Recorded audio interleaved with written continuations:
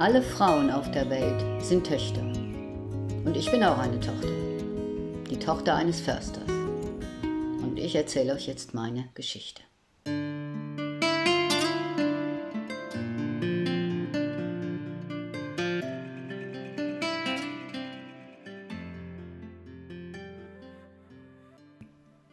Karl verlobte sich und ging nach Kanada.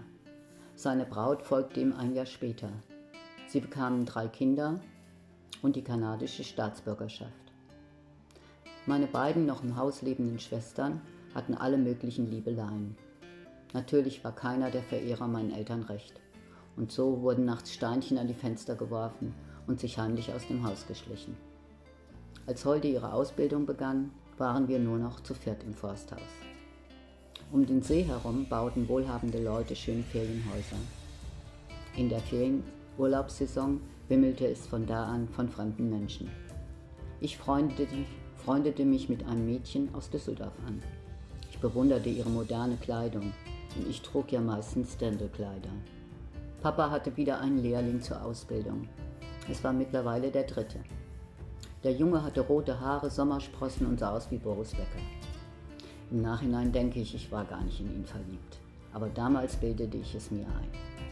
Ich las gerade Stolz und Vorurteil von Jane Austen und träumte mich in eine andere Welt. Der Rothaarige war mein Mr. Darcy. Leider nahm er von mir überhaupt keine Notiz. Einmal fuhr er mich mit seinem Auto zum Bahnhof. Wir sprachen kein Wort, aber er hielt mir die Tür auf, als ich ausstieg, und das war für mich der sichere Beweis seiner großen Liebe. Als seine Ausbildung zu Ende war, saß ich am Fenster, schaute ihm nach und weinte. Jahre später habe ich ihn noch einmal wieder gesehen. Es war auf einem Waldfest.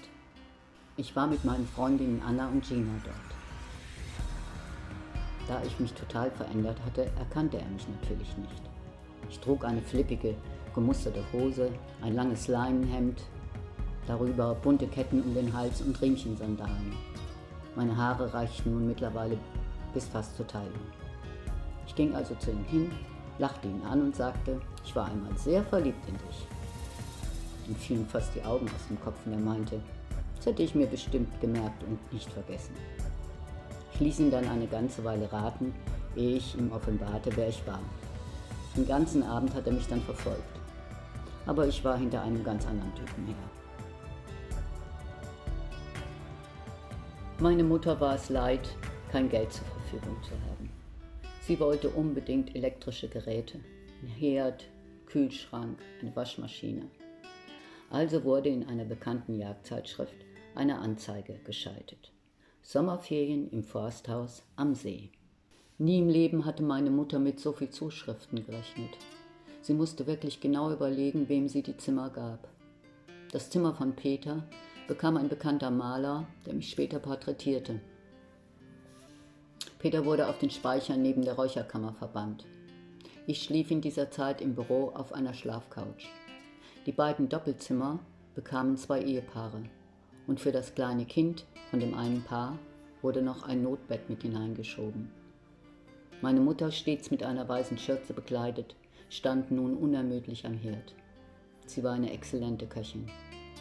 Ich habe schon von namhaften Köchen gegessen, aber meine Mutter hat keiner übertroffen. Hallo ihr Lieben, ich hoffe, euch gefällt mein Kanal, also bitte fleißig abonnieren und auch die Glocke nicht vergessen. Ich verspreche euch, es wird noch sehr spannend.